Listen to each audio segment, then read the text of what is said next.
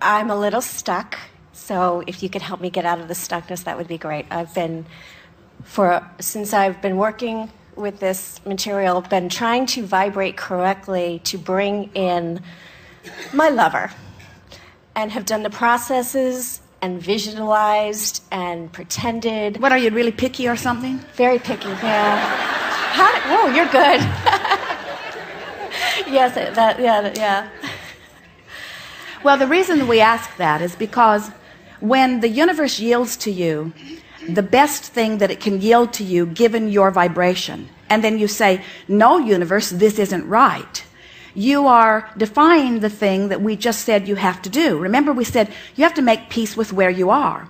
And we wanted to begin with you because we think that this is the easiest way to hear this of maybe all of the topics that we could talk about. So did you hear us say, make peace with where you are? So let's say the universe has matched you up not with your ideal of the perfect relationship, but with what you are right now a vibrational match to. Now, isn't that always the way that it is? In other words, what you're offering vibrationally is all you have access to. So if the universe keeps yielding to you something different than what you want, what does that mean? Does it mean the universe is making a mistake? No, it means your vibration doesn't match your ideal. And the reason this keeps happening to you is because you keep giving more attention to what you're getting and not enough attention to what you're wanting. Now, what we want, if you will try what we're going to give you here for 2 weeks, this problem will be solved. So, you're ready for this? Yeah. Bring it on. So the universe yields to you someone that, as you check them out, is not the match to the list that you've made. But within that person, it is our promise to you, because we can feel the clarity of the vibration of you about that subject. You're about 85, 86, 87% in alignment with your ideal. So what the universe is yielding to you are potential partners that are about 85 to 87% of what you want. But what's happening to you is you're focusing upon the 13 to 15% of them that's wrong. And so as you focus upon the part of them that's wrong, you hold that part active in your vibration. So the universe keeps saying to you, we're giving you all that you have access to, not all that you're asking for, but all that you're letting in right now. And the reason you're not letting more of it in is because you're doing such a good job of observing what's coming in and not such a good job of remembering what you want to come in. So all you would have to do is begin with the next person that you spend any time with, making a list of their positive aspects. Practice it before you see them, practice it while you're seeing them, practice it after you've seen them. Activate within you that 85 to 87% that the universe got just right, so that you are deactivating the part of it that isn't just right, and in doing so you clean up your vibration a little bit. So the next one who comes is that much closer, and the next one who comes is that much closer. And to each of them, you don't leave them wounded as you cast them aside. Instead, each of them, because you've done such a wonderful job of activating the very best that you see in them, you leave them in a vibrational place that they're going to turn around and be attracted right into an environment or a relationship with somebody else that's right there ready for who they are, you see. Now, we want to give you one more really important thing about this. We can feel that you're getting this. This is the next important thing. And we talked about this just a little bit briefly just now. There is a tendency to feel different about creating the perfect relationship than you do about creating the perfect 1-week vacation. Yeah. Because creating the perfect 1-week vacation, no matter how you got it, it'll be over in a week. But with relationships, you tend to say, I have to create this perfect relationship, and it not only has to match everything that I now want, but since it's one of those death do us part things, big mistake, then I've got to figure out from where I am now, with only as much as experience as I've lived so far. I've got to figure out everything that I will ever want and everything that I will ever be forevermore. And we say, give it up. We think the perfect marriage vows would go something like, I like you pretty good, let's see how it goes.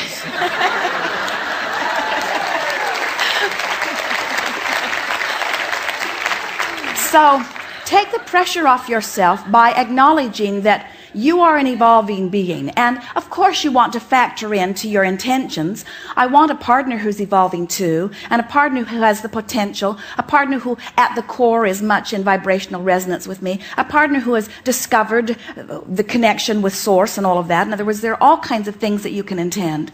But please make a decision that you're just going to be flexible and take that pressure off that says this has got to be forevermore. Just have a relationship 1 week vacation at a time.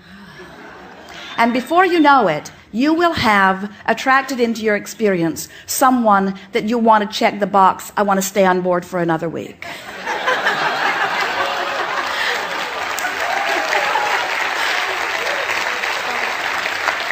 And then you just keep renewing those vows. Want to go around again? Yeah. Why not? Which answers the next part of the question is, why have I never been able to keep anybody past 3 months? And it's usually them telling me, see you later. Because I think, wow, I've attracted in this great person. And then they're saying goodbye to me. But if you were focused upon the great aspects of that person, so that you were activating the best of them, and the best of them was meeting the best of you, they would never want to leave. What makes people want to leave is you're wanting to get it so right that you get fixated on the parts that aren't good, and then you activate the parts of them that you don't like, that they don't like either. And then they find themselves just not feeling good about life when they're with you. Not because there is not the potential for it, but because you have highlighted something in them that they thought they'd left behind, or that they want to leave behind, you see.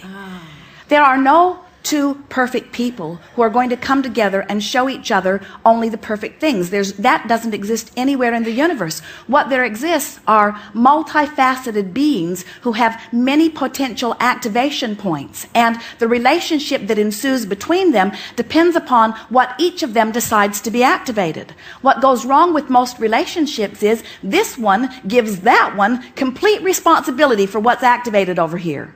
You don't bring me flowers anymore. You don't love me the way you used to. And this one usually is giving this one complete responsibility for how this one feels. When you decide that you're responsible about how you feel, now most of that trouble dissolves in the ethers immediately, because now you have control of the way you feel. And when you have control of the way you feel, then you activate the very best in the other. Now we're going to give you something here that you don't want to hear, but we really want you to hear it anyway. Okay. Wait, that defies law. We're going to give you something that you really want to hear that you're not ready to hear. Okay. Wait, that's a waste of time. But I could hear it later on the CD. Well, we're going to tell you something that we know. Okay.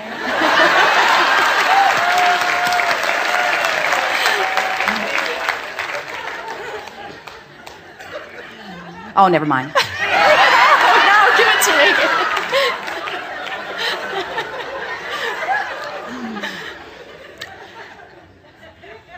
There are thousands of potential partners for you who would be equal in the satisfaction value. You're not looking for the one and only.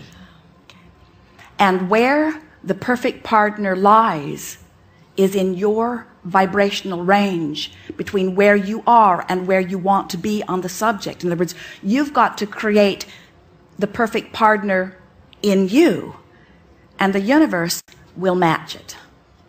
So what we're really saying is, pick somebody and make peace with it and line up with it and live happily ever after. And don't look back and second guess it. Don't say, well, I've noticed something that I don't like. Instead say, I've noticed all these things that I do like. And as I fixate on them, the best of me comes out. And when the best of me comes out, the best of you comes out. And when the best of us are here, we're having a really good time. And who cares who else could have been in the party? Who cares? It's sort of like somebody going to a fabulous restaurant and having a delicious meal and then wishing they were at some other restaurant having some other delicious meal. And we say, if you're having a delicious meal, what difference does it make how many other delicious meals are there if you're having a delicious meal, you see?